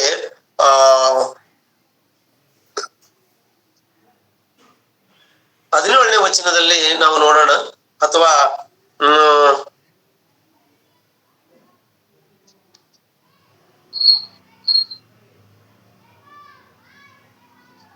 14ನೇ ವಚನದಿಂದ ಓದೋಣ ಪ್ರಿಯರೇ. 14ನೇ ವಚನದಿಂದ 9ನೇ ಅಧ್ಯಾಯ 14ನೇ ವಚನ. ಮತ್ತು ಇಲ್ಲಿಯೂ ನಿನ್ನ ಹೆಸರನ್ನು ಸ್ಮರಿಸುವವರೆಲ್ಲರಿಗೆ ಬೇಡಿ ಹಾಕಿಸುವ ಅಧಿಕಾರವನ್ನು ಮಹಾಯಾಜಕರಿಂದ ಹೊಂದಿದ್ದಾನೆ ಅಂದನು. ಕರ್ತನು ಅವನಿಗೆ ಹೇಳಿದನು, ನೀನು ಹೋಗು, ಆ ಮನುಷ್ಯನು ಅನ್ಯ ಜನರಿಗೂ ಅರಸುಗಳಿಗೂ ಇಸ್ರಾಯೇಲರಿಗೂ ನನ್ನ ಹೆಸರು ತಿಳಿಸುವುದಕ್ಕಾಗಿ ನಾನು ಆರಿಸಿಕೊಂಡ ಸಾಧನೆಯಾಗಿದ್ದಾನೆ. ನಾನು ಆರಿಸಿಕೊಂಡ ಒಂದು ಆಯುಧ ಅವನು. ದೇವರು ಹೇಳ್ತಾ ಇದ್ದಾನೆ, ಅನನೀಯಗೆ ಹೇಳ್ತಾ ಇದ್ದಾನೆ, ಹೋಗು, ಅವನು ಸೌಲನೆಂಬವನಿದ್ದಾನೆ ಇಂಥವ್ರ ಮನೆಯಲ್ಲಿದ್ದಾನೆ, ಅವ್ರ ಮನೆಗೆ ಹೋಗಿ ಅವನ ಕಣ್ಣು ಕೊಡಂದ್ರೆ, ಸ್ವಾಮಿ ಅವನು ಪುಡಾರಿ ಸ್ವಾಮಿ ಅವನು. ಯಾಕಂದ್ರೆ ಅವನು ನಿನ್ನ ಭಕ್ತರಾಗಿರ್ತಕ್ಕಂಥವರನ್ನು ಕೊಲ್ಲುವುದಕ್ಕಾಗಿ ಮಹಾಯಾಜಕರಿಂದ ಪರ್ಮಿಷನ್ ಲೆಟರ್ ತಂದುಕೊಂಡನವನು. ಸಾಯಿಸ್ತಾನೆ, ಎಲ್ಲಿದ್ದಾರೆ ಯೇಸು ನಾಮವನ್ನು ಅರಿತವ್ರು ಎಲ್ಲರನ್ನ ಸಾಯಿಸ್ತಾನೆ ಅಂತೇಳಿ ಪರ್ಮಿಷನ್ ತಂದುಕೊಂಡನವನು. ಇಲ್ಲಿ ಇರ್ತಕ್ಕಂಥ ನಮ್ಮನ್ನ ಸಾಯಿಸಕ್ ಬರ್ತಾ ಇದ್ದಾನಂದ್ರೆ ಹೇಳ್ತಾ ಇದ್ದಾನೆ, ದೇವ್ರು ಹೇಳ್ತಾ ಇದ್ದಾನೆ, ಅವನ್ ಎಲ್ಲೆಲ್ಲಿ ವಾದ ಮಾಡ್ತಾನ, ನೀನು ಹೋಗು, ಆ ಮನುಷ್ಯನು ಅನ್ಯ ಜನರಿಗೂ ಅರಸುಗಳಿಗೂ ಇಸ್ರಾಯೇಲರಿಗೂ ನನ್ನ ಹೆಸರು ತಿಳಿಸುವುದಕ್ಕಾಗಿ ನಾನು ಆರಿಸಿಕೊಂಡ ಸಾಧನೆಯಾಗಿದ್ದಾನೆ ಅವನು. ಯೌವನ ಕಾಲದಲ್ಲಿ ನಿಮ್ಮನ್ನು ಯಾಕೆ ಆರಿಸಿಕೊಂಡಾನೆ ನಿಮಗೆ ಗೊತ್ತಾಗ್ಬೇಕು ಪ್ರಿಯರೇ. ನೀವು ದೇವರ ಸಾಧನೆಗಳಾಗಬೇಕಂತ ಪ್ರಿಯರೇ. ನೀವು ದೇವರ ಸಾಧನೆಗಳಾಗಬೇಕು, ಆಯುಧಗಳಾಗಬೇಕು. ಒಬ್ಬರು ಖಡ್ಗವಾದರೆ, ಒಬ್ಬರು ಗುರಾಣಿ ಆದರೆ, ಒಬ್ಬರು ಶಿರಸ್ತ್ರಾಣವಾದರೆ, ಒಂದೊಂದು ರೀತಿಯಲ್ಲಿ ದೇವರಿಗೆ ಉಪಯೋಗ ಪಡುವಂತ ಆಯುಧಗಳಾಗಬೇಕಂತ ಹೇಳ್ತಾರೆ. ನಾನು ನಿಮ್ಮನ್ನು ಆರಿಸಿಕೊಂಡಿದ್ದು ನನ್ನ ಸಾಧನೆ ಆಗುವುದಕ್ಕೋಸ್ಕರ. ಯವ್ವನಸ್ಥನಾಗಿರತಕ್ಕಂಥ ಸೌಲನನ್ನು ಪೌಲನಾಗಿ ಮಾಡಿಕೊಂಡು ತನ್ನ ಸ್ವಾಧೀನಪಡಿಸಿಕೊಂಡು ತನ್ನ ಆಯುಧವನ್ನಾಗಿ ಮಾರ್ಪಡಿಸಿಕೊಂಡ. ಅವನು ಅನೇಕರ ಮುಂದೆ ನನಗೋಸ್ಕರ ಸಾಕ್ಷಿ ಹೇಳುವವನಾಗಿದ್ದಾನೆ. 16ನೇ ವಚನ, ಅವನು ನನ್ನ ಹೆಸರು ನಿಮಿತ್ತ ಎಷ್ಟೇ ಹಿಂಸೆ ಅನುಭವಿಸಬೇಕೆಂಬುದನ್ನು ನಾನೇ ಅವನಿಗೆ ತೋರಿಸುವೆನು ಎಂದು ಹೇಳಿದನು. ಅವನು ಎಷ್ಟು ಹಿಂಸೆ ಪಡೋಕಾದ್ರೂ ಸಿದ್ಧ. ಯಾಕಂದ್ರೆ ಯಾವ ಕಾಲದಲ್ಲಿ ಅನೇಕ ಕಷ್ಟ ನಷ್ಟಗಳನ್ನು ಅನುಭವಿಸುವುದಕ್ಕೆ ಸಿದ್ಧನಾಗಿದ್ದಾನೆ. ಅಂತವ್ರು ಬೇಕಾಗಿದ್ದಾರೆ ದೇವರಿಗೆ ಪ್ರೀತಿಯುಳ್ಳಂತ ದೇವರ ಮಕ್ಕಳೇ. ಇವತ್ತಿನ ದಿನದಲ್ಲಿ ಯೌವನಸ್ಥರಾಗಿರ್ತಕ್ಕಂಥ ನಿಮ್ಮನ್ನು ಆರಿಸಿಕೊಂಡಂತ ಉದ್ದೇಶ ಏನಂದ್ರೆ ನಿಮ್ಮನ್ನು ತನ್ನ ಆಯುಧಗಳನ್ನಾಗಿ ಮಾಡಿಕೊಳ್ಳಬೇಕಾಗಿದ್ದಾನೆ. ಆತನ ನೀತಿಯ ಸಾಧನಗಳನ್ನಾಗಿ ಮಾರ್ಪಡಿಸಿಕೊಳ್ಳಬೇಕಂತ ಆಲೋಚನೆ ಮಾಡಿದ್ದಾನೆ ದೇವರು. ಇದೇ ರೋಮಪುರದವರಿಗೆ ಬರೆದಂತ ಪತ್ರಿಕೆ 6ನೇ ಅಧ್ಯಾಯ 12ನೇ ವಚನವನ್ನು 13ನೇ ವಚನವನ್ನು ನಾವು ನೋಡ್ಕೊಳ್ಳೋಣ ಪ್ರಿಯರೇ. 6ನೇ ಅಧ್ಯಾಯ 12ನೇ ವಚನ ಹೋದ್ರೆ ಪ್ರಿಯರೇ. ಹೀಗಿರುವುದರಿಂದ ಸಾಯತಕ್ಕ ನಿಮ್ಮ ದೇಹದ ಮೇಲೆ ಪಾಪವನ್ನು ಅಳಗೊಡಿಸಿ ನೀವು ದೇಹ ದುರಾಶೆಗಳಿಗೆ ಒಳಪಡಬೇಡಿರಿ. ಇದು ಮಾತ್ರವಲ್ಲದೆ ನೀವು ನಿಮ್ಮ ಅಂಗಗಳನ್ನು ಪಾಪಕ್ಕೆ ಒಪ್ಪಿಸುವವರಾಗಿದ್ದು ದುಷ್ಟತ್ವವನ್ನು ನಡೆಸುವ ಸಾಧನಗಳಾಗ ಮಾಡಬೇಡಿರಿ. ಸಾಕು ಪ್ರಿಯರೇ. ಇದು ಮಾತ್ರವಲ್ಲದೆ ನೀವು ನಿಮ್ಮ ಅಂಗಾಂಗಗಳು ಪಾಪಕ್ಕೆ ಒಪ್ಪಿಸುವವರಾಗಿದ್ದು ದುಷ್ಟತ್ವವನ್ನು ನಡೆಸುವ ಸಾಧನೆಗಳಾಗ ಮಾಡಬೇಡ್ರಿ. ಆದರೆ ಸತ್ತವರೊಳಗಿಂದ ಜೀವಿತ ಆಗಿರಲಾಗಿ ನಿಮ್ಮನ್ನು ದೇವರಿಗೆ ಒಪ್ಪಿಸಿಕೊಟ್ಟು ನಿಮ್ಮ ಅಂಗಾಂಗಗಳನ್ನು ನೀತಿ ಕೃತ್ಯಗಳನ್ನು ನಡೆಸುವ ಸಾಧನೆಗಳನ್ನಾಗಿ ಆತನಿಗೆ ಸಮರ್ಪಿಸಿಕೊಳ್ಳಿರಿ ಎಂಬುದಾಗಿ ವಾಕ್ಯ ಹೇಳ್ತಾ ಇದೆ ಪ್ರಿಯರೇ. ಅಂದ್ರೆ ನಮ್ಮ ಅವಯವಗಳು ನೀತಿಯ ಸಾಧನೆಗಳಾಗಬೇಕಂತ ಪ್ರಿಯರೇ. ನನ್ನ ಕೈ, ನನ್ನ ಕಾಲು, ನನ್ನ ಮೂಗು, ನನ್ನ ಬಾಯಿ, ನನ್ನ ಕಿವಿ, ನನ್ನ ಕಾಲು, ನನ್ನ ದೇಹದಲ್ಲಿರುವಂತ ಪ್ರತಿಯೊಂದು ಅಂಗವು ನೀತಿ ಕ್ರಿಯೆಗಳಿಗೆ ಉಪಯೋಗ ಮಾಡಿಕೊಳ್ಳಬೇಕು. ಯಾಕಂದ್ರೆ ದುಷ್ಟ ಕಾರ್ಯವನ್ನು ಮಾಡತಕ್ಕಂಥ ಸೌಲನನ್ನು ಪೌಲನಾಗಿ ಮಾರ್ಪಡಿಸಿಕೊಂಡು ದೇವರಿಗೆ ಸಾಧನೆಯಾಗಿ ಮಾಡಿಕೊಂಡನಂತ ಪ್ರಿಯರೇ. ಅವನು ಏನಾದ್ರೂ ಮಾಡುವುದಕ್ಕೆ ಸಿದ್ಧನಾಗ್ತಾನೀಗ. ಅವನು ರಾಜರ ಮುಂದೆ, ಅರಸರಗಳ ಮುಂದೆ, ಅನ್ಯ ಜನರ ಮುಂದೆ, ಇಸ್ರಾಯೇಲರ ಮುಂದೆ ನನ್ನ ನಾಮವನ್ನು ಪ್ರಖ್ಯಾತಿಗೆ ತರುವಂತ ವ್ಯಕ್ತಿಯನ್ನಾಗಿ ನಾನು ಮಾಡಿಕೊಳ್ತಾ ಇದ್ದೀನಿ. ನಮಗೂ ಹೇಳ್ತಾ ಇದ್ದಾನೆ ಪ್ರಿಯರೇ, ಯೌವನಸ್ಥರಿಗೆ ಹೇಳ್ತಾ ಇದ್ದಾನೆ, ನಿಮ್ಮ ಅವಯವಗಳನ್ನು, ನಿಮ್ಮ ಅಂಗಾಂಗಗಳನ್ನು ನೀತಿ ಸಾಧನಗಳಾಗಿ ಮಾಡಿಕೊಳ್ಳಿರಿ, ಪಾಪಕ್ಕೆ ಒಪ್ಪಿಸಿಕೊಳ್ಳಬೇಡ್ರಿ. ನಿಮ್ಮ ಅಂಗಗಳನ್ನು, ನಿಮ್ಮ ದೇಹದಲ್ಲಿರುವಂತ ಅವಯವಗಳನ್ನು ಪಾಪ ಮಾಡಿ ದೇವರ ವಾಕ್ಯನ್ನು ಸಾಧಿಸಲಾರು ಪ್ರಿಯರೇ, ಸಾರಲಾರೆ. ನಾವು ದೇವರ ವಾಕ್ಯ ಸಾರ್ಬೇಕಾಗಿದೆ ಪ್ರೀತಿಯುಳ್ಳಂತ ದೇವರ ಮಕ್ಕಳೇ. ದೇವರ ವಾಕ್ಯ ಸಾರ್ಬೇಕಂತಂದ್ರೆ ನಮ್ಮ ಅಂಗಾಂಗಗಳನ್ನು ನೀತಿ ಸಾಧನೆಗಳಿಗೆ ಸಮರ್ಪಿಸಿಕೊಳ್ಳಬೇಕು, ನೀತಿ ಸಾಧನೆಗಳನ್ನಾಗಿ ಮಾಡಿಕೊಳ್ಳಬೇಕು ನಾವು. ಅದು ಯೌವನಸ್ಥರು. ಅದಕ್ಕೆ ಹೇಳ್ತಾ ಇದ್ದಾನೆ, ಯೌವನಸ್ಥರೇ ನಿಮ್ಮಲ್ಲಿ ವಾಕ್ಯ ನೆಲೆಗೊಳ್ಳುವುದರಿಂದ ನಾನು ನಿಮಗೆ ಬರೀತಾ ಇದ್ದೀನಿ ಅಂತ ಹೇಳ್ತಾ ಇದ್ದೇನೆ ಯೋಹಾನನು. ನೀವು ಯೌವನಸ್ಥರು ಪ್ರಿಯರೇ. ಈ ಯೌವನ ಕಾಲದಲ್ಲಿ ದೇವರ ಕೆಲಸನ ಮಾಡ್ಬೇಕಾಗಿದೆ ಪ್ರಿಯರೇ. ಅನೇಕ ಕಾರ್ಯಗಳು ಉಂಟು. ದೇವರು ಅನೇಕ ಹಳ್ಳಿಗಳು ಉಳ್ಕೊಂಡಿದ್ದಾವೆ, ಅನೇಕ ಗ್ರಾಮಗಳು ಉಳ್ಕೊಂಡಿದ್ದಾವೆ. ಇವತ್ತಿನ ದಿನದಲ್ಲಿ ಸ್ವಾರ್ಥಿ ಇಲ್ಲದೆ ಎಷ್ಟೋ ಜನರು ನಮ್ಮ ಕಣ್ಣು ಮುಂದೆ ನಶಿಸಿ ಹೋಗ್ತಾ ಇದ್ದಾರೆ. ಮತ್ತೆ ಯೌವನಸ್ಥರಾಗಿರ್ತಕ್ಕಂಥ ನಾವು ಕೇವಲ ಗೂಗಲ್ ಮೀಟ್ ಮಾತ್ರ ನಡೆಸಿಕೊಳ್ಳುವವರಾಗಿರದೆ ಅನೇಕ ಗ್ರಾಮಗಳಿಗೆ ಸ್ವಾರ್ಥೆಯನ್ನು ಸಾರುವಂತವರಾಗಬೇಕು. ಈ ವಯಸ್ಸಿನಲ್ಲಿ ನೀವೇನ್ ಮಾಡಿದ್ರು ಕೂಡ ಪ್ರಿಯರೇ, ಈ ವಯಸ್ಸಿನಲ್ಲಿ ದೇವರ ವಾಕ್ಯ ಸಾರುವುದಕ್ಕೆ ಸಾಧ್ಯ. ವಯಸ್ಸಾದ ಮೇಲೆ ನನಗೆ ಮೊಣಕಾಲು ನೋವು ಬಂತು, ಸೊಂಟ ನೋವು ಬಂತು, ನನಗೆ ಎಡಕು ನೋವು ಬಂತು, ನನಗೆ ಕಣ್ಣು ಸರಿ ಕಾಣ್ತಾ ಇಲ್ಲ, ನನಗೆ ಸರಿಯಾಗಿ ಆಯಾಸ ಆಗ್ತಾ ಇದೆ, ದಮ್ಮಿದೆ, ಕೆಮ್ಮಿದೆ ಅಂತ ಹೇಳಿ ಈಗ ನೋಡಿ ಪ್ರಿಯರೇ, ನಮ್ಮ ವಯಸ್ಸಿಗೆ ನಮ್ಗೆಲ್ಲ ರೋಗಗಳು ಬಂದಿದ್ದಾವೆ. ನಮಗೆ ಬಹಳ ಛಲ, ಸುವಾರ್ತೆಗೆ ಹೋಗ್ಬೇಕು, ಅಲ್ಲಿ ತಿರುಗಬೇಕು, ಇಲ್ಲಿ ತಿರುಗಬೇಕಂತ ಹೇಳಿ ಆಶೆ ಬಹಳ ಪ್ರಿಯರೇ. ಆದ್ರೆ ದೇಹ ಸಹಕರಿಸ್ತಾ ಇಲ್ಲ. ಆದ್ರೆ ಯೌವನಸ್ಥರಿಗೆ ಯಾವ ರೋಗ ಬಂದ್ರೂ ಅದು ಕಾಣಲ್ಲ ಪ್ರಿಯರೇ. ನನ್ನ ದೇವರನ್ನು ನಾನು ಮುಂದಿಟ್ಟುಕೊಂಡು ದೇವರ ಕಾರ್ಯಗಳನ್ನ ನಾನು ಮಾಡಬೇಕು ಅಂತ ಹೇಳಿ ಅನ್ಕೊಂಡಾಗ ಯಾವ ಕೂಡ ನಿಮಗೆ ಅಡ್ಡಿ ಬರುವುದಿಲ್ಲ ಪ್ರಿಯರೇ. ಅದಕ್ಕಾಗಿ ವಾಕ್ಯವು ಯಾರಲ್ಲಿ ನೆಲೆಗೊಳ್ಳುವುದು? ನಿಮ್ಮಲ್ಲೇ ನೆಲೆಗೊಳ್ಳುವುದು. ವಯಸ್ಸಾದವರಿಗೆ ನಾವ್ ಎಷ್ಟೇ ಬೋಧನೆ ಮಾಡಿದ್ರು ಆ ವಯಸ್ಸಾದವರು ವಾಕ್ಯ ಹೇಳೋದಕ್ಕೆ ಸಾಧ್ಯನಾ ಪ್ರಿಯರೇ? ವಾಕ್ಯ ಕೇಳ್ತಾರ ಅಷ್ಟೇ, ವಾಕ್ಯ ಕೇಳ್ತಾರ, ಏನೂ ಮಾಡಕ್ ಆಗಲ್ಲ ಅವರಿಗೆ ಪ್ರಿಯ, ಏನೂ ಮಾಡಕ್ ಆಗಲ್ಲ. ವಾಕ್ಯ ಹೇಳಬೇಕು, ವಾಕ್ಯ ಸಾರಬೇಕು, ವಾಕ್ಯನ್ನ ಮುಂದುವರಿಸಬೇಕು ಅಂತಂದ್ರೆ ಕೇವಲ ಯೌವನಸ್ಥರ ಕೈಯಲ್ಲಿದೆ ಎಂಬುದಾಗಿ ವಾಕ್ಯ ನಮಗೆ ಬೋಧಿಸ್ತಾ ಇದೆ. ಅದಕ್ಕಾಗಿ ಹೇಳ್ತಾನೆ, ಹೀಗಿರುವುದರಿಂದ ಸಾಯ್ತಕ್ಕ ನಿಮ್ಮ ದೇಹದ ಮೇಲೆ ಪಾಪವನ್ನು ಅಳವಡಿಸಿ ನೀವು ದೇವರ ನೀವು ದೇಹದ ದುರಾಶೆಗಳಿಗೆ ಒಳಪಡಬೇಡ್ರಿ. ಇದು ಮಾತ್ರವಲ್ಲದೆ ನೀವು ನಿಮ್ಮ ಅಂಗಾಂಗಗಳನ್ನು ಪಾಪಕ್ಕೆ ಒಪ್ಪಿಸುವವರಾಗಿದ್ದು ದುಷ್ಟತ್ವವನ್ನು ನಡೆಸುವ ಸಾಧನಗಳನ್ನಾಗಿ ಮಾಡಬೇಡ್ರಿ. ಇವತ್ತು ಅನೇಕರು ಯೌವನಸ್ಥರು ತಮ್ಮ ದೇಹವನ್ನು ದುಷ್ಟತ್ವಕ್ಕೆ ಒಪ್ಪಿಸಿಕೊಂಡಿದ್ದಾರೆ ಪ್ರಿಯರೇ. ಅವರ ಕಾಲು, ಅವರ ಕೈ, ಅವರ ಬಾಯಿ, ಅವರ ಕಣ್ಣು, ಅವರ ಕಿವಿ, ಅವರ ಮೈಂಡ್ ಸೆಟ್ ಹೆಂಗಿದೆ ಅಂದ್ರೆ ಕೇವಲ ಪಾಪ ಬಿಟ್ರೆ ಏನು ಇಲ್ಲ ಅನ್ನಂತ ರೀತಿಯಲ್ಲಿ ಇವತ್ತು ಲೋಕದಲ್ಲಿ ಬದುಕ್ತಾ ಇದ್ದಾರೆ ಪ್ರೀತಿಯುಳ್ಳಂತ ದೇವರ ಮಕ್ಕಳು. ಕೇವಲ ತಮ್ಮ ಅವಯವಗಳೆಲ್ಲವೂ ಕೂಡ ದುಷ್ಟತ್ವಕ್ಕೆ ಒಪ್ಪಿಸಿಕೊಂಡಿದ್ದಾರೆ. ಇವತ್ತು ಇಡೀ ಪ್ರಪಂಚದಲ್ಲಿ ಯೌವನಸ್ಥರೆಲ್ಲರೂ ಕೂಡ ಅದಕ್ಕೆ ಹೋಗಿದ್ದಾರೆ ಪ್ರಿಯರೇ. ತಮ್ಮ ಕೈಯಿದವಂದ್ರೆ ಪಾಪ ಮಾಡಬೇಕು, ಕಾಲಿದವಂದ್ರೆ ಪಾಪದ ಕಡೆಗೆ ಹೋಗ್ಬೇಕು, ಕಣ್ಣಿದವಂದ್ರೆ ಏನ್ ನೋಡ್ತಾ ಇದೆ ಇವತ್ತು? ಕಣ್ಣು ಫೋನ್ ನೋಡ್ತಾ ಇದೆ. ಫೋನ್ನಲ್ಲಿ ಏನ್ ನೋಡ್ತಾ ಇದ್ದೀರ? ಫೋನ್ನಲ್ಲಿ ಏನ್ ಮಾಡ್ತಾ ಇದೆ ಇವತ್ತು ಕಣ್ಣು? ಕಿವಿ ಇದಾವೆ, ಕಿವಿ ಯಾವುದಕ್ಕೋಸ್ಕರ ಉಪಯೋಗ ಪಡ್ತಾ ಇದೆ? ನಮ್ಮ ಅಂಗಾಂಗಗಳನ್ನು ದುಷ್ಟನಿಗೆ ಒಪ್ಪಿಸಿಕೊಟ್ಟಿದ್ದೇವೆ ಪ್ರಿಯರೇ. ಇವತ್ತು ಪ್ರಪಂಚದಲ್ಲಿ ಇರ್ತಕ್ಕಂಥ ಅನೇಕರು ಕೂಡ ದುಷ್ಟನಿಗೆ ಒಪ್ಪಿಸಿಕೊಂಡಿದ್ದಾರೆ. ಆದ್ರೆ ನೀವ್ ಹಂಗಾಗ್ಬಾರ್ದು ಅಂತೇಳಿ ನಾನು ವಾಕ್ಯದ ಮುಖಾಂತರ ನಿಮ್ಮನ್ನು ಎಚ್ಚರಿಸ್ತಾ ಇದ್ದೇನೆ ಪ್ರಿಯರೇ. ಯೌವನ ಸ್ಥಾನದಲ್ಲಿದ್ದೀರಾ, ಯೌವನ ಪಡ್ಕೊಂಡಿದ್ದೀರಾ, ವೆರಿ ಗುಡ್. ಯೌವನ ಕಾಲದಲ್ಲಿ ದೇವ್ರನ್ನ ತಿಳ್ಕೊಳ್ಳೋದು ಬಹಳ ಪುಣ್ಯ ಪ್ರಿಯರೇ. ಯಾಕಂದ್ರೆ ಯೌವನ ಕಾಲದಲ್ಲಿ ದೇವ್ರು ತಿಳ್ಕೊಳ್ಳುವವರು ಬಹಳ ಕಷ್ಟ. ಯೌವನದಲ್ಲಿ ದೇವರನ್ನು ತಿಳ್ಕೊಂಡವರು ಬಹಳ ಕಡಿಮೆ ಪ್ರಿಯರೇ. ಆದ್ರೆ ಈ ವಯಸ್ಸಿನಲ್ಲಿ ದೇವರು ನಿಮ್ಗೆ ಅರ್ಥ ಆಗ್ತಾ ಇದ್ದಾನಂತಂದ್ರೆ ನೀವು ಭಾಗ್ಯವಂತರು, ನೀವು ಶ್ರೇಷ್ಠರು. ನಿಜವಾಗ್ಲಂದ್ರೆ ನಿಮಗೆ ಆ ಒಂದು ಭಾಗ್ಯ ಸಿಕ್ಕಿದೆ ಪ್ರಿಯರೇ. ಯೌವನದಲ್ಲಿ ನೀವು ದೇವರ ನೋಗವನ್ನು ಬರುವುದು. ಒಂದು ಗೂಗಲ್ ಮೀಟ್ ನಡೆಸ್ತಾ ಇದ್ದೀರಾ, ಅನೇಕ ಗ್ರಾಮಗಳಲ್ಲಿ ಸುವಾರ್ತೆ ಮಾಡ್ತಾ ಇದ್ದೀರಾ, ಅನೇಕರಿಗೆ ಸತ್ಯ ಸುವಾರ್ತೆಯನ್ನು ಸಾರಬೇಕಾಗಿದೆ. ಮತ್ತು ನಿಮ್ಮ ಸಭೆಗಳನ್ನು ನಡೆಸಿಕೊಳ್ತಾ ಇದ್ದೀರಾ, ಸಭೆಗಳಲ್ಲಿ ದೇವರ ವಾಕ್ಯ ಹೇಳ್ತಾ ಇದ್ದೀರಾ, ಹಾಡುಗಳನ್ನು ಹಾಡ್ತಾ ಇದ್ದೀರಾ, ದೇವರನ್ನ ಕೊಂಡಾಡ್ತಾ ಇದ್ದೀರಾ. ಗ್ರೇಟ್ ನೀವು ನಿಜವಾಗ್ಲೂ ಪ್ರಿಯರೇ. ಆದ್ರೆ ಇದನ್ನು ಕೊನೆ ತನಕ ಕಾಪಾಡಿಕೊಳ್ಳರಿ. ಯಾಕಂದ್ರೆ ದುಷ್ಟನು ಸಿಂಹದ ಹೋಪದೆಯಲ್ಲಿ ನಿಮ್ಮನ್ನು ನುಂಗಬೇಕಂತ ಹುಡುಕ್ತಾ ಇದ್ದಾನೆ. ಯಾವ ರೂಪದಲ್ಲಿ ಬರ್ತಾನೋ ಅವನು ಗೊತ್ತಿಲ್ಲ ಪ್ರಿಯರೇ. ಎಚ್ಚರಿಕೆಯಿಂದ ಆಗಿರಬೇಕು, ಜಾಗೃತಿಯಿಂದ ಆಗಿರಬೇಕು. ಯಾಕಂದ್ರೆ ಯೌವನದಲ್ಲಿ ಇರ್ತಕ್ಕಂಥವ್ರನ್ನೇ ಕಳಿಸಿಕೊಟ್ಟ ಯೇಸು ಸ್ವಾಮಿ. 30, 28, 27, 32 ಈ ವಯಸ್ಸಿನವ್ರನ್ನೇ ಆರಿಸಿಕೊಂಡ ಯೇಸು ಕ್ರಿಸ್ತನ ಕೂಡ ತನ್ನ 12 ಮಂದಿ ಅಪೊಸ್ತಲರನ್ನ ಆರಿಸಿಕೊಂಡಿದ್ದಾನಂದ್ರೆ ಯೌವನ ಕಾಲದಲ್ಲಿ ಇರ್ತಕ್ಕಂಥವರನ್ನೇ ಆರಿಸಿಕೊಂಡು ಸುವಾರ್ತೆಯನ್ನು ನೇಮಿಸಿಕೊಂಡ ಪ್ರಿಯರೇ. ಇವರಾದ್ರೆ ಪರ್ಫೆಕ್ಟ್ ಅಂತೇಳಿ. ಯಾಕಂದ್ರೆ ಯೇಸು ಕ್ರಿಸ್ತನಿಗೆ ಹೆಚ್ಚು ಕಡಿಮೆ ಸಮಕಾಲಕರು ಎಲ್ಲರೂ ಕೂಡ. ಆತನಿಗಿಂತ ದೊಡ್ಡವರೇನಲ್ಲ, ಆತನಿಗಿಂತ ಸ್ವಲ್ಪ ಚಿಕ್ಕವರಾಗಿರ್ಬೋದು ಶಿಷ್ಯರು. ಯಾಕಂದ್ರೆ ಆತನನ್ನು ಹಿಂಬಾಲಿಸುವಂತ ಆಲೋಚನೆ ಅವರಿಗಿತ್ತು ಪ್ರಿಯರೇ. ಆ ಯೌವನ ಕಾಲದಲ್ಲಿ ನಾವು ಮಾಡ್ಬೇಕು, ದೇವರ ಸುವಾರ್ತೆ ಮಾಡ್ಬೇಕನ್ನಂತ ಒಂದು ಛಲ ಇತ್ತು ಪ್ರಿಯರೇ 12 ಮಂದಿ ಅಪೊಸ್ತಲರಿಗೆ.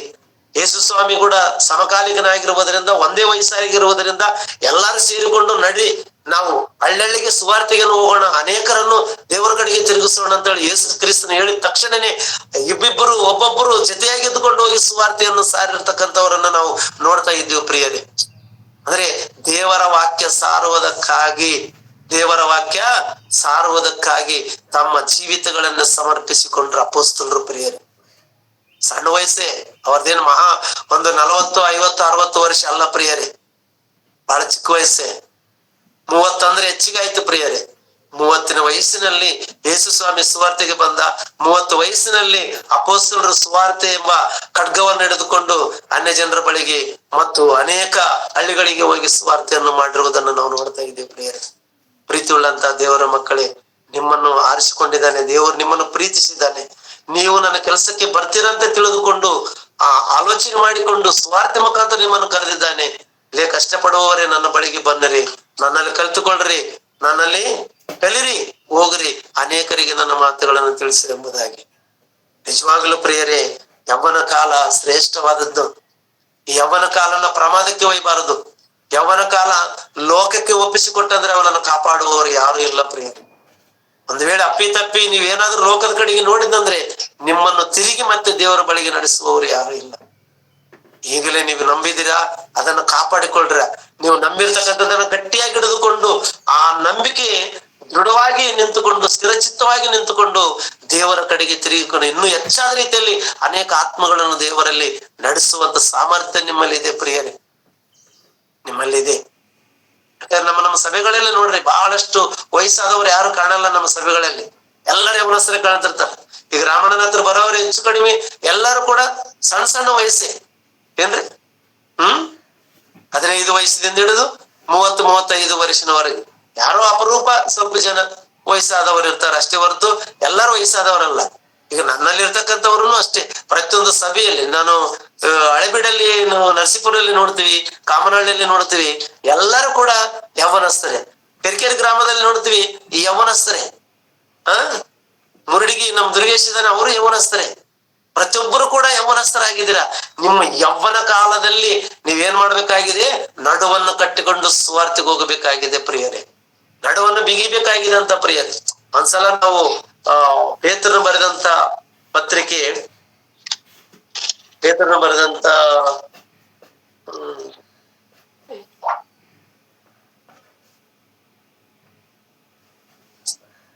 ಮೊದಲನೇ ಪತ್ರಿಕೆ 1ನೇ ಅಧ್ಯಾಯ 13ನೇ ವಚನವನ್ನು ನೋಡೋಣ ಪ್ರಿಯರೇ. 13ನೇ ವಚನ, 1ನೇ ಅಧ್ಯಾಯ 13ನೇ ವಚನ.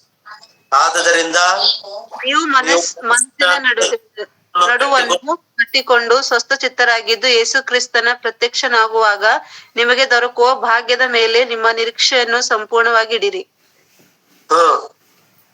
ನೀವು ಮುಂಚೆ ಅಜ್ಞಾನಿಗಳಾಗಿದ್ದಾಗ ನಿಮಗಿದ್ದ ದುರಾಶೆಗಳನ್ನು ಅನುಸರಿಸಿ ನಡೆಯುವವರಾಗಿರದೆ ನಿಮ್ಮನ್ನು ಕರೆದಾತನು ಪರಿಶುದ್ಧನಾಗಿರುವ ಪ್ರಕಾರ ನೀವು ವಿಧೇಯರಾಗಿ ತಕ್ಕಂತೆ ನಿಮ್ಮ ಎಲ್ಲಾ ನಡವಳಿಕೆಯಲ್ಲಿ ಪರಿಶುದ್ಧರಾಗಿರಿ. ಸಾಕ್ರಿ ಪ್ರಿಯರೇ, ಎಷ್ಟು ಅದ್ಭುತವಾದಂತ ಮಾತು ಪ್ರಿಯರೇ. ಅದಕ್ಕಾಗಿ ಈ ವಯಸ್ಸಿನಲ್ಲಿ ನೀವು ಕಟ್ಟಬೇಕಾಗಿದ್ದೇನೆಂದ್ರೆ ಮನಸ್ಸು ನಡುವನ್ನು ಕಟ್ಟಬೇಕಂತ ಪ್ರಿಯರೇ. ಮನಸ್ಸು ಚಂಚಲ ಮನಸ್ಸು ಪ್ರಿಯರೇ. ಮನಸ್ಸು ಒಂದ್ಸಲ ಬೈಬಲ್ ಓದೋಣ ಅಂತದ, ಒಂದ್ಸಲ ಸುವಾರ್ತೆಗೆ ಹೋಗೋಣ ಅಂತದ, ಒಂದ್ಸಲ ದೇವ್ರ ಕೆಲಸ ಮಾಡೋಣ ಅಂತದ, ಒಂದೊಂದ್ಸಲ ಯಾವ್ದು ಬೇಡ ಮನೆಯಲ್ಲೇ ಕುಂತು ಬಿಡೋಣ ಅಂತದ. ಈ ಮನಸ್ಸು ಒಂದು ನಿರ್ಧಾರವಾದದಲ್ಲ ಪ್ರಿಯರೇ. ಈ ಮನಸ್ಸನ್ನ ಕಟ್ಟಾಕೊಳ್ಬೇಕಾಗಿದೆ. ಅದಕ್ಕೆ ಇಲ್ಲಿ ಹೇಳ್ತಾ ಇದ್ದಾನೆ, ಅದರಿಂದ ನೀವು ಮನಸ್ಸಿನ ನಡುವನ್ನು ಕಟ್ಟಿಕೊಂಡು ಸ್ವಸ್ಥ ಚಿತ್ತರಾಗಿರ್ರಿ. ಮನಸ್ಸು ದೃಢವಾಗಿರ್ಬೇಕಾಗಿದೆ ಪ್ರಿಯರೇ. ಚಂಚಲ ಮನಸ್ಸು ಇರಬಾರ್ದು ನಮ್ಮಲ್ಲಿ. ಕೆಲವು ಸಲ ದೇವ್ರ ಕಾರ್ಯ ಮಾಡೋಣಂತದ, ಕೆಲವು ಸಲ ಬ್ಯಾಡ್ ಬಿಡು ಅಂತದ. ಕೆಲವ್ರು ಎಲ್ಲಾರು ಹೋಗೋಣ ಅಂತದ, ಕೆಲವ್ರು ನಾನೊಬ್ಬನೇ ಹೋದ್ರೆ ಆಯ್ತು ಸಾಕಂತದ. ಯಾಕಂದ್ರೆ ಮನಸ್ಸಿನನ್ನು ಬಿಗಿಯಾಗಿ ಹಿಡಿದುಕೊಂಡು ಅವನು ಶ್ರೇಷ್ಠನು, ಅವನು ಸ್ವಸ್ಥ ಚಿತ್ತನಾಗಿದ್ದಾನೆ, ಅವನು ಜ್ಞಾನವಂತನಂತ ಹೇಳಲಿಕ್ಕೆ ನಾನು ಇಷ್ಟಪಡ್ತೇನೆ ಪ್ರಿಯರೇ. ಮನಸ್ಸೆಂಬ ನಡುವನ್ನು ಕಟ್ಟಿಕೊಳ್ಳಬೇಕಾಗಿದೆ ಅಂತ ನಾವು. ಯಾಕಂದ್ರೆ ಮನಸ್ಸು ಒಂದದ್ರ ಮೇಲೆ ನಿರ್ಧಾರ ಇರೋದಿಲ್ಲ. ಸ್ವಲ್ಪ ಹೊತ್ತು ದೇವರ ಕೆಲಸ ಅಂತದ, ಸ್ವಲ್ಪ ಹೊತ್ತು ಲೋಕದ ಕೆಲಸ ಅಂತದ. ನಾವು ಸುವಾರ್ತೆಗೆ ಹೋಗೋಣ ಅಂದ ತಕ್ಷಣ ನಮ್ಗೆ ಯಾವ್ದೋ ಒಂದು ಕೆಲಸ ಬೀಳ್ತದ. ಬ್ರದರ್ ಇವತ್ತು ನಾನು ಬರಕ್ಕಾಗಲ್ಲ, ನೀವ್ ಹೋಗ್ರಿ, ನನ್ ಸ್ವಲ್ಪ ಕೆಲಸ ಇದೆ, ನಾನು ಕೆಲಸ ಮುಗಿಸ್ಕೊಳ್ಬೇಕಂತ. ಅಂದ್ರೆ ಮನಸ್ಸು ಏನಾಗಿದೆ? ಚಂಚಲತ್ವ ಆಗ್ತಾ ಇದೆ. ಯವನ ಕಾಲದಲ್ಲಿ ಇದೆಲ್ಲ ಆಗದೆ. ಯವನ ಕಾಲದಲ್ಲಿ ಚಂಚಲ ಮನಸ್ಸು ಇರುತ್ತೆ ಪ್ರಿಯರೇ ಮಕ್ಕಳಿಗೆ. ಈ ಯವನ ಕಾಲದಲ್ಲಿ ಚಂಚಲ ಮನಸ್ಸು ಇರಬಾರದೆಂಬುದಾಗಿ ವಾಕ್ಯ ನಮಗೆ ಬೋಧಿಸ್ತಾ ಇದೆ. ಪ್ರೀತಿ ಉಳ್ಳಂತ ದೇವರ ಮಕ್ಕಳೇ, ಒಂದ್ಸಲ ಆಲೋಚನೆ ಮಾಡ್ರಿ ಪ್ರಿಯರೇ, ಒಂದ್ಸಲ ಆಲೋಚನೆ ಮಾಡ್ರಿ. ದೇವರ ವಾಕ್ಯವನ್ನು ಕಲ್ತಿರ್ತಕ್ಕಂಥ ನಾವು ದೇವರಲ್ಲಿ ಶ್ರೇಷ್ಠವಾದಂತ ಹೋರಾಟವನ್ನು ಮಾಡಬೇಕಾಗಿದೆ ನಾವು. ಯಾಕಂದ್ರೆ ಇಲ್ಲಿ ಹೇಳ್ತಾ ಇದ್ದಾನೆ, ನೀವು ಮನಸ್ಸಿನ ನಡುವನ್ನು ಕಟ್ಟಿಕೊಂಡು ಸ್ವಸ್ಥ ಚಿತ್ತರಾಗಿರ್ರಿ. ಯೇಸು ಕ್ರಿಸ್ತನು ಪ್ರತ್ಯಕ್ಷಣವಾಗುವಾಗ ನಿಮಗೆ ದೊರಕುವ ಭಾಗ್ಯದ ಮೇಲೆ ನಿಮ್ಮ ನಿರೀಕ್ಷೆಯನ್ನು ಸಂಪೂರ್ಣವಾಗಿ ಇಡ್ರಿ. ನೀವು ಮುಂಚೆ ಅಜ್ಞಾನಿಗಳಾಗಿದ್ದಾಗ ನಿಮಗಿದ್ದ ದುರಾಶೆಗಳನ್ನು ಅನುಸರಿಸಿ ನಡೆಯುವವರಾಗಿರದೆ ನಿಮ್ಮನ್ನು ಕರೆದಾತನು ಪರಿಶುದ್ಧನಾಗಿರುವ ಪ್ರಕಾರ ನೀವು ವಿಧೇಯರಿಗೆ ತಕ್ಕಂತೆ ನಿಮ್ಮ ಎಲ್ಲಾ ನಡವಳಿಕೆಯಲ್ಲಿ ಪರಿಶುದ್ಧರಾಗಿರ್ರಿ. ಯವನ ಕಾಲದಲ್ಲಿ ಪರಿಶುದ್ಧತೆಯನ್ನು ಕಾಪಾಡಿಕೊಳ್ಳುವುದು ಬಹಳ ಶ್ರೇಷ್ಠ ಪ್ರಿಯರೇ. ಯಾಕಂದ್ರೆ ಯವನ ಕಾಲದಲ್ಲಿ ದುಷ್ಟನ ನಮ್ಮನ್ನು ಶರೀರಿಚ್ಛೆಗಳಿಗೆ ಒಳಪಡಿಸ್ತಾನ, ಶರೀರ ಕೋರಿಕೆಗಳನ್ನು ನಮ್ಮಲ್ಲಿ ರೇಗಿಸ್ತಿರ್ತಾನ ಪ್ರಿಯರೇ. ಪಾಪ ಮಾಡ್ಬೇಕು, ಪಾಪದ ಆಲೋಚನೆಗಳನ್ನು ಹುಟ್ಟಿಸಿರ್ತಾನ. ದೇವರ ಕೆಲಸಕ್ಕೆ ಹೋಗದೆ ಎಲ್ಲಿಗೋ ಕಳಿಸಿರ್ತಾನ ನಮ್ಮನ್ನ, ಫ್ರೆಂಡ್ಸ್ ಜೊತೆಗೆ ಕಳಿಸ್ತಾನ ನಮ್ಮನ್ನ. ಆತ್ಮೀಯರ ಜೊತೆಗೆ ಇರ್ಲಾರ್ದ ಲೋಕ ಸ್ನೇಹಿತರ ಸಹವಾಸ ಮಾಡ್ಬೇಕು ಅನಿಸ್ತಿರ್ತದ ಕೆಲವು ಸಂದರ್ಭದಲ್ಲಿ. ಅವ್ರ ಸಹವಾಸ ಮಾಡಿದಂದ್ರೆ ನಾವೇನಾಗ್ತೀವಿ? ವಾಕ್ಯಕ್ಕೆ ವಿರುದ್ಧವಾದವರಾಗ್ತೀವಿ, ಪರಿಶುದ್ಧತೆಯನ್ನು ಕಳ್ಕೊಳ್ತೀವಿ. ಪರಿಶುದ್ಧತೆಯನ್ನು ಕಳ್ಕೊಳ್ಳಬಾರದಂತಂದ್ರೆ ಆತ್ಮೀಯರ ಸಹವಾಸ ಜಾಸ್ತಿ ಇರಬೇಕು, ಆತ್ಮೀಯರೆಲ್ಲರೂ ಒಗ್ಗಟ್ಟಾಗಿರ್ಬೇಕು, ಆತ್ಮೀಯತೆಯಲ್ಲಿ ಬೆಳಿಬೇಕು. ನಾವು ನಮ್ಮ ನಡವಳಿಕೆಯಲ್ಲಿ ದೇವರು ಪರಿಶುದ್ಧನಾಗಿರುವುದರಿಂದ ನಾವು ಕೂಡ ಪರಿಶುದ್ಧರಾಗಿ ಬಾಳಬೇಕಾಗಿದೆ ಪ್ರಿಯರೇ. ಆಲೋಚನೆ ಮಾಡ್ರಿ ಪ್ರಿಯರೇ. ನೀವು ಮನಸ್ಸೆಂಬ ನಡುಕಟ್ಟನ್ನು ಕಟ್ಟಿಕೊಂಡು ಸ್ವಸ್ಥ ಚಿತ್ತರಾಗಬೇಕಾಗಿದೆ. ಯಾಕಂದ್ರೆ ವಾಕ್ಯವು ನಿಮ್ಮಲ್ಲಿ ನೆಲೆಗೊಂಡಷ್ಟು ಯಾರಲ್ಲಿ ನೆಲೆಗೊಂಡಿರಲ್ಲ. ಬಾಲಕರಂತೀರ, ಬಾಲಕರು ಸಣ್ಣ ಮಕ್ಕಳು, ಅವರಲ್ಲಿ ವಾಕ್ಯವು ದೃಢವಾಗಿ ನಿಲ್ಲೋದಿಲ್ಲ. ಯಾಕಂದ್ರೆ ಬಾಲಕರಿಗೆ ಮೂಢತ್ವ, ಆಟೋಮೆಟಿಕ್ ಆಗಿ ಮೂಢತ್ವ ಬರ್ತಿರ್ತದ. ಮೂರ್ಖತ್ವ ಅಂಬುದು ಅವರಲ್ಲಿ ಇರುತ್ತ ಪ್ರಿಯರೇ. ಯಾವ್ದು ಮಾತಾಡ್ಬೇಕು, ಏನ್ ಮಾಡ್ಬೇಕು, ಏನ್ ಓದ್ಬೇಕು ಅಷ್ಟು ಪ್ರಜ್ಞೆ ಇರಲ್ಲ. ವಯಸ್ಸಾದವರಿಗೆ ನಮ್ದೆಲ್ಲ ಮುಗ್ದೈತಪ್ಪ, ನಮ್ದು ಏನೈತಪ್ಪ, ನಾವೇನ್ ಮಾಡ್ಬೇಕಪ್ಪ ಅಂತಿರ್ತಾರ. ಅವರಲ್ಲಿಲ್ಲ. ಮತ್ತೆ ಯಾರಲ್ಲಿದೆ ವಾಕ್ಯ? ನಿಮ್ಮಲ್ಲಿದೆ. ನಿಮ್ಮಲ್ಲಿ ವಾಕ್ಯ ಇದೆ. ನಿಜವಾಗ್ಲಂದ್ರೆ ಯವ್ವನ ಕಾಲದಲ್ಲೇ ನಾವು ಕೂಡ ದೇವರನ್ನ ನಂಬಿಕೊಂಡಿರುವುದು. ನನಗೆ ಮಹಾ ಅಂದ್ರೆ 23-24 ವಯಸ್ಸು. ನಂದು ಡೇಟ್ ಆಫ್ ಬರ್ತ್ ನಂದು 74ರಲ್ಲಿ ಹುಟ್ಟಿದೀನಿ. 94ರಲ್ಲಿ ಮದುವೆ ಆಗಿದೆ. 97ರಲ್ಲಿ ದೇವರನ್ನು ನಂಬಿಕೊಂಡಿದ್ದೀನಿ. ಅಂದ್ರೆ ಸುಮಾರು 23 ವರ್ಷಕ್ಕೆ ನಾನು ದೇವರನ್ನು ತಿಳಿದುಕೊಂಡಿದ್ದೀನಿ. ನನ್ನ ಯವ್ವನ ಕಾಲದಲ್ಲಿ ದೇವರನ್ನು ತಿಳಿದುಕೊಂಡು ದೇವರ ವಾಕ್ಯವನ್ನು ಕೈಯಲ್ಲಿ ಹಿಡಿದುಕೊಂಡು ಜೀವನ ಸಾಗಿಸಿದ ಪ್ರಿಯರೇ. ನಾನು ಆಯ್ತು, ರಾಮ್ ಸಾರ್ ಆಯ್ತು, ನಾವೆಲ್ಲರ ಸಮಕಾಲಿಕರು. ಒಂದೇ ವಯಸ್ಸು ನಮ್ದು. ಹೆಚ್ಚು ಕಡಿಮೆ ಒಂದು ವರ್ಷ 2 ವರ್ಷ ಡಿಫರೆನ್ಸ್ ಇರ್ಬೋದು. ಸಣ್ಣ ವಯಸ್ಸಿನಲ್ಲಿ ದೇವರ ವಾಕ್ಯವನ್ನು ಕೈಯಲ್ಲಿ ಹಿಡಿದುಕೊಂಡಿರ್ತಕ್ಕಂಥವ್ರು ನಾವು. ಅದಕ್ಕೆ ಇವತ್ತಿನವರೆಗೂ ದೇವರ, ಅವತ್ತು ಬೈಬಲ್ ಹಿಡ್ಕೊಂಡು ದೇವರ ವಾಕ್ಯ ಸಾರ್ಬೇಕೆಂಬ ಒಂದು ಛಲ ಹಿಡ್ಕೊಂಡವರು ಇವತ್ತಿಗೂ ಕೂಡ, ಇಷ್ಟು ವಯಸ್ಸಾದ್ರೂ ಕೂಡ ಇನ್ನೂ ನಾವು ವಾಕ್ಯ ಸಾರ್ಬೇಕನ್ನಂತ ಆಲೋಚನೆ. ಯಾಕಂದ್ರೆ ಯವ್ವನ ಕಾಲದಲ್ಲಿ ದೇವರನ್ನು ವಾಕ್ಯವನ್ನು ಹಿಡಿದವನು, ಯವ್ವನ ಕಾಲದಲ್ಲಿ ದೇವರ ವಾಕ್ಯವನ್ನು ಅರಿತವನು ಬೇಗ ಬಿದ್ದೋಗಕ್ಕೆ ಸಾಧ್ಯ ಇಲ್ಲ ಪ್ರಿಯರೇ. ಅದಕ್ಕಾಗಿ ನಿಮ್ಮನ್ನು ದೇವರು ಆರಿಸಿಕೊಂಡಿದ್ದಾನೆ. ನೀವು ಬಿದ್ದು ಹೋಗದಂತೆ ದೇವರ ಮಕ್ಕಳಾಗಿ ಬದುಕರಿ. ದೇವರ ಆಶೆಪಾಶೆಗಳಿಗೆ ಅಂದ್ರೆ ದೇವರ ಆಶೆಗಳನ್ನು ನೆರವೇರಿಸರಿ. ಆತನ ಅನಾದಿ ಸಂಕಲ್ಪವನ್ನು ನೆರವೇರಿಸರಿ. ನೀವು ಹಿಡಿದಂತೆ ಈ ವಾಕ್ಯವು ವ್ಯರ್ಥವಾದದ್ದಲ್ಲ. ವಾಕ್ಯವು ನಿಮ್ಮನ್ನು ರಕ್ಷಿಸುವಂತದ್ದು, ಅನೇಕರನ್ನು ರಕ್ಷಿಸುವಂತ ವಯಸ್ಸು, ಅನೇಕರನ್ನು ರಕ್ಷಿಸುವಂತ ಆಲೋಚನೆಗಳು ನಿಮ್ಮಲ್ಲಿ ಇಟ್ಟುಕೊಂಡು ಜೀವನ ಮಾಡ್ರಿ ಪ್ರಿಯರೇ. ಕೇವಲವಾಗಿ ಬದುಕಕ್ಕೆ ಹೋಗ್ಬೇಡ್ರಿ. ನಾಮಕಾರ್ಧ ಕ್ರೈಸ್ತರಾಗಿ ಬದುಕಬೇಡ್ರಿ. ನಿಮ್ಮಲ್ಲಿ ಒಂದು ಛಲ ಇರಬೇಕು. ನಾನು ಸಾಯುವುದರೊಳಗಾಗಿ ಕೆಲವು ಆತ್ಮಗಳನ್ನ ಆದರೂ ನಾನು ದೇವರ ಬಳಿಗೆ ನಡೆಸಬೇಕನ್ನಂತ ಒಂದು ಛಲ ನಿಮ್ಮಲ್ಲಿ ಇರಬೇಕು ಪ್ರಿಯರೇ. ಅದು ನಮ್ಮಲ್ಲಿ ಇತ್ತು, ನಾವು ಸಾಧಿಸಿಕೊಂಡಿವಿ. ಯೇಸು ಕ್ರಿಸ್ತನಲ್ಲಿ ಇತ್ತು ಆ ಛಲ. ಯೇಸು ಕ್ರಿಸ್ತ ಸಾಧಿಸಿದ ಪ್ರಿಯರೇ, ಅನೇಕ ಆತ್ಮಗಳನ್ನು ರಕ್ಷಿಸಿದ. ನೀವು ಕೂಡ ಸರಿಯಾದ ವಯಸ್ಸಿನಲ್ಲಿ ದೇವರನ್ನು ತಿಳ್ಕೊಂಡಿದ್ದೀರಾ. ನೀವು ಈ ವಯಸ್ಸಿನಲ್ಲಿ ಕರೆಕ್ಟ್ ಆಗಿ ತಿಳ್ಕೊಳ್ಬೇಕಾದಂತ ವಯಸ್ಸಿನಲ್ಲಿ ನೀವು ದೇವರನ್ನು ತಿಳಿದುಕೊಂಡಿದ್ದೀರಿ. ನಿಲ್ಲರಿ ಪ್ರಿಯರೇ, ದೇವರಿಗಾಗಿ ನಿಲ್ಲರಿ. ದೇವರ ಆಲೋಚನೆಗಳಲ್ಲಿ ನಡಿಬೇಕೆಂಬುದಾಗಿ ನಿಮ್ಮಲ್ಲಿ ವಿನಂತಿಸಿಕೊಳ್ಳುತ್ತಾ ಈ ಮಾತುಗಳನ್ನು ಇಲ್ಲಿಗೆ ನಾನು ಮುಗಿಸ್ತಾ ಇದ್ದೀನಿ. ಈ ಮಾತುಗಳಿಂದ ದೇವರು ನಿಮ್ಮೆಲ್ಲರನ್ನು ಆಶೀರ್ವದಿಸಲಿ. ಪ್ರಾರ್ಥನೆ ಮಾಡಿಕೊಳ್ಳೋಣ. ಪರಮ ಪ್ರೀತಿಯುಳ್ಳ ಪರಲೋಕದಲ್ಲಿರುವ ನಮ್ಮ ತಂದೆಯಾದ ದೇವರೇ, ಪರಿಶುದ್ಧನೇ, ನಿನಗೆ ವಂದನೆಗಳು, ಸ್ತೋತ್ರಗಳಪ್ಪ. ಈ ಸಾಯಂಕಾಲದ ಸಮಯದಲ್ಲಿ ನಿನ್ನ ಮಕ್ಕಳೊಟ್ಟಿಗೆ ಮಾತಾಡುವಂತ ಭಾಗ್ಯ ನಮಗೆ ಅನುಗ್ರಹಿಸಿದಕ್ಕಾಗಿ ನಿನಗೆ ಸ್ತೋತ್ರ. ಈ ಸಮಯದಲ್ಲಿ ಕೆಲವು ಮಾತುಗಳನ್ನು ನಿನ್ನ ಮಕ್ಕಳಿಗೆ ಹೇಳಿದ್ದೇನೆ. ನನ್ನ ಬಾಯಿ ಮುಖಾಂತರ ನೀವು ಮಾತಾಡಿದಕ್ಕಾಗಿ ನಿನಗೆ ಸ್ತೋತ್ರ ದೇವರೇ. ಅವರಿಗೆ ಇದು ಅವಸರವಿತ್ತೇನೋ ದೇವರೇ, ಅದಕ್ಕಾಗಿ ನೀವು ಮಾತಾಡಿದಿರ. ಇದು ನನ್ನ ಆಲೋಚನೆಗಳಿಂದಲ್ಲ ತಂದೆ, ನಿಮ್ಮ ಆಲೋಚನೆಗಳಿಂದ ನೀವು ಮಾತಾಡಿದ್ರೆ ಎಂಬುದಾಗಿ ನಾನು ನಂಬುತ್ತೇನೆ. ಹೌದು ದೇವ, ಯೌವನ ಕಾಲವು ನಿಮಗೆ ಬೇಕಾಗಿದೆ ತಂದೆ. ಯೌವನ ಕಾಲದಲ್ಲಿ ಯೆಹೋವನ ನೋಗವನ್ನು ಹೊರುವುದು ಲೇಸು ಎಂಬುದಾಗಿ ನಿನ್ನ ವಾಕ್ಯ ಹೇಳ್ತಾ ಇದೆ ದೇವ. ಅದಕ್ಕಾಗಿ ಯೌವನ ಕಾಲದಲ್ಲಿ ಇರ್ತಕ್ಕಂಥ ನಿನ್ನ ಮಕ್ಕಳೆಲ್ಲರನ್ನು ಬಲಪಡಿಸರಿ, ಉತ್ತೇಜನ ಪಡಿಸರಿ, ಶೂರರನ್ನಾಗಿ ಮಾಡ್ರಿ ದೇವರೇ. ನಿನ್ನ ವಾಕ್ಯವೆಂಬ ಖಡ್ಗವನ್ನು ಹಿಡಿದುಕೊಂಡು ಅನೇಕ ಆತ್ಮಗಳನ್ನು ಜಯಿಸುವುದಕ್ಕೆ ಸಹಾಯ ಮಾಡ್ರಿ. ದುಷ್ಟನ ಮೇಲೆ ಹೋರಾಟವನ್ನು ಮಾಡುವುದಕ್ಕೆ ಸಹಾಯ ಮಾಡ್ರಿ ದೇವ.